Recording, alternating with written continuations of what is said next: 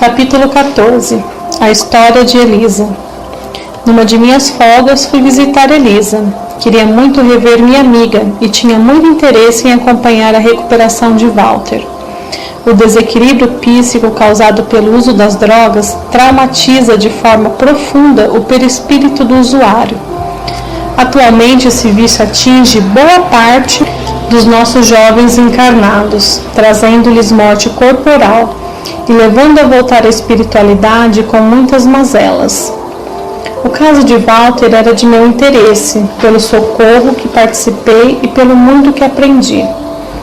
Marquei encontro em meu horário livre de lazer, coincidindo com o dela, para podermos conversar calmamente, trocando ideias, pois gosto muito de diálogos edificantes. Elisa esperava-me na portaria do hospital em que no momento trabalhava e onde Walter estava internado. Alegramo-nos quando nos vimos. Patrícia, exclamou Elisa feliz, programava ir vê-la. Que bom tê-la conosco. Quero agradecer-lhe, foi muito atenciosa conosco. Sorri em resposta, e minha amiga, como boa anfitriã, acompanhou-me para conhecer o hospital. Quase todas as colônias têm um hospital próprio para viciados em álcool, tabagismo e tóxico. Em algumas outras colônias, esses doentes ficam em alas separadas, em hospitais tradicionais. Na colônia Perseverança, o hospital é separado, grande e com muitos trabalhadores dedicados que ajudam na recuperação de desencarnados viciados. Lugar calmo, com muitos jardins, salões para palestras e encontros, com suas principais terapias são o trabalho, a música e o teatro. Suas enfermarias são separadas por alas masculinas e femininas e pelo tipo de vício que o enfermo possui. Primeiramente, vimos a parte central, onde se situam as salas de orientações, os alojamentos de seus trabalhadores, a biblioteca e os salões. Após Elisa me levou para conhecer o atendimento aos desencarnados, que no corpo físico foram fumantes. Esses, se tinham só um vício, não ficam internados, só vêm ao hospital para serem ajudados a se libertar da vontade de fumar. Só em raros momentos é que um ex-fumante se interna, e isso se pedir, mas mesmo assim sempre por pouco tempo. O tabagismo intoxica bastante o perispírito, e nessa parte faz um tratamento para que o assistido se liberte da dependência. Sendo assim, ele recebe conhecimento sobre o assunto, orientação e apoio que o ajudarão a resolver o problema. Mas só o conseguirão se novamente reencarnados e tendo oportunidade, não fumarem. Ressalvo o termo oportunidade porque se estiver encarnado e por algum motivo não puder fumar, não quer dizer que tenha solucionado a questão.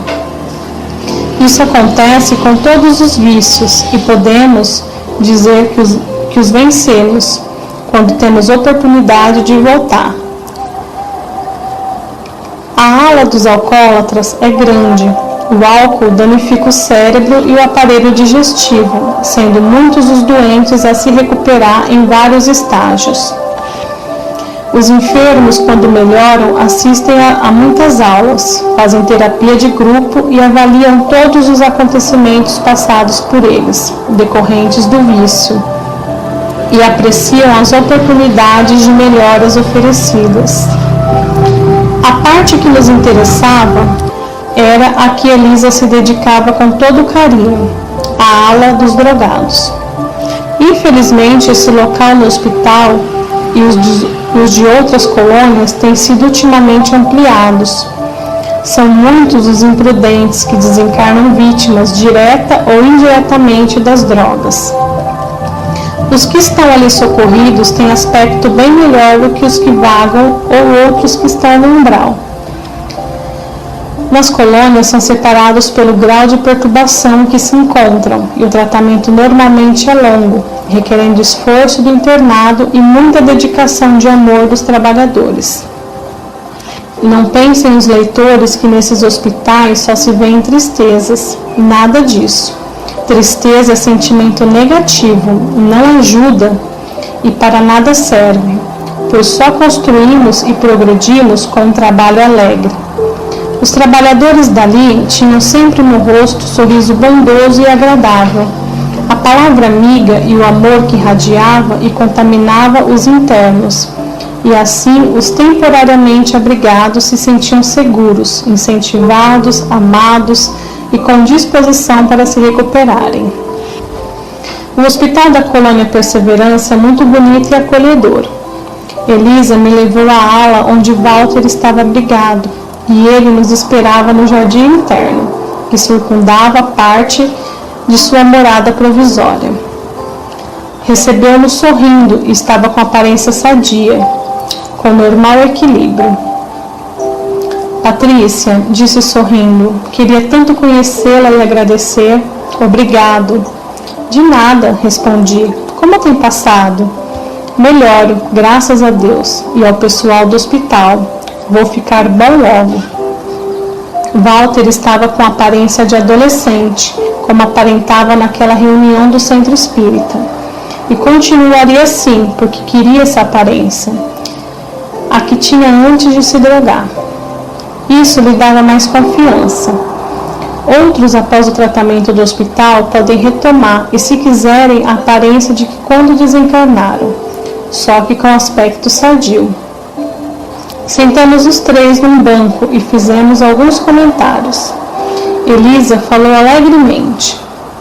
Estou gostando muito de trabalhar nesse hospital. Aqui vim por Walter, mas agora não posso mais deixá-lo. Quando Walter tiver alta, ficarei de vez, já que me decidi e obtive orientação e autorização. Estudarei para aprender e melhor servir nesse campo de ajuda. E você, Patrícia, quais são os seus planos para o futuro? Como você sabe, gosto muito de ensinar. Logo, Marcela, a quem substituo, retomará seus afazeres. Devo então voltar à colônia do saber, continuar os estudos e trabalhar, transmitindo meus conhecimentos a outros desencarnados. Admirei o banco em que estávamos sentados, muito bonito e de contornos diferentes. Notando, Walter explicou. Esses bancos são feitos por internos em nossas oficinas. O trabalho é de grande ajuda e é uma das melhores terapias para os nossos abrigados, disse Elisa, olhando carinhosamente para Walter. Mas não só para eles, e sim para todos nós, encarnados e desencarnados. O trabalho é bênção. Corpos e mentes ociosos estão com as portas abertas aos vícios, enquanto que o trabalho nos mantém ocupados e nos abre outras portas opostas a ele. Aqui em nossas oficinas se fazem muitas coisas. No plano espiritual, tudo pode ou poderia ser plasmado, mas os que sabem dar forma às coisas são poucos, pois necessita-se de tempo e de muito aprendizado para a tarefa. O trabalho é uma bênção que ajuda intensamente a todos nós, e na espiritualidade representa importante benefício, existindo trabalho do mais simples ao mais difícil, para todos os que quiserem. Inúmeros desencarnados ainda estão muito apegados ao modo de vida da Terra, e assim, quando trabalham, lhes é dado bônus hora.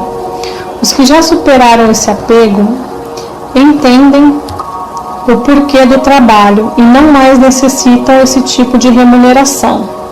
Pessoas que já trabalham sem esse apego, quando chegam ao plano espiritual, participam da vida aqui, exercendo suas tarefas pelo amor ao trabalho, não exigindo nada em troca.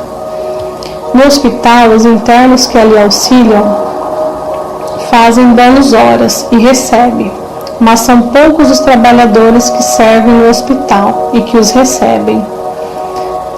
Há muito tempo que não os necessito, mas lembro-me de minha alegria quando obtive meu primeiro bônus hora. Foi uma euforia trabalhar e ter uma compensação. Agora minha alegria é somente ser útil, não almejo recompensas. Quietamos por alguns segundos. Meus pensamentos vagaram pela trajetória vivida por pessoas como Walter. Suas existências, até serem socorridos, são uma verdadeira tragédia. Elisa quebrou o silêncio.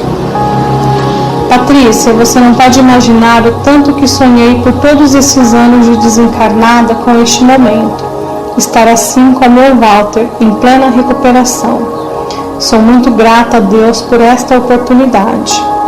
Fechou os olhos e por momentos, e depois começou a falar com voz suave. Tudo começou em nossas encarnações anteriores, em que fomos unidos pelo afeto maternal.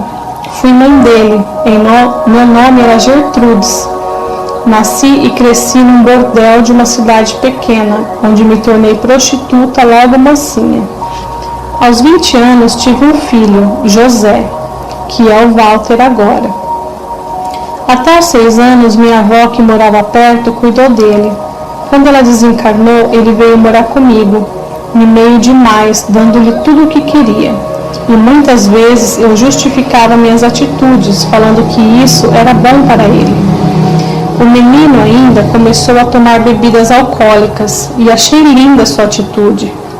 O tempo passou rápido e ele tornou-se moço.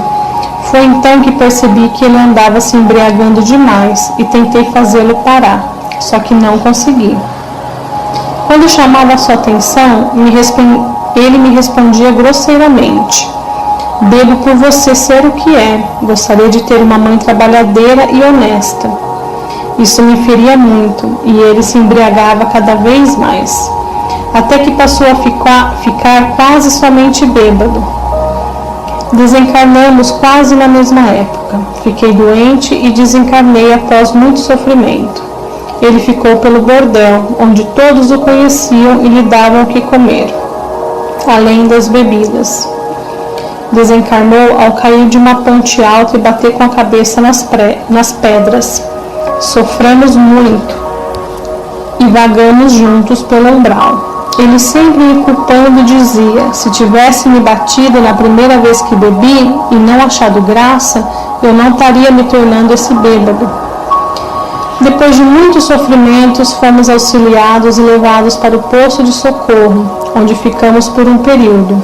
Aconselhados a reencarnar, pedimos para renascer em famílias e costumes rigorosos que nos ajudassem a superar nossos vícios.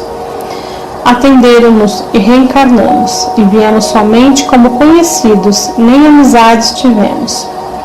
A família que me abrigou educou-me com costumes rígidos, o que eu achava certo, pois me sentia segura. Queria acertar, queria vencer o vício e consegui.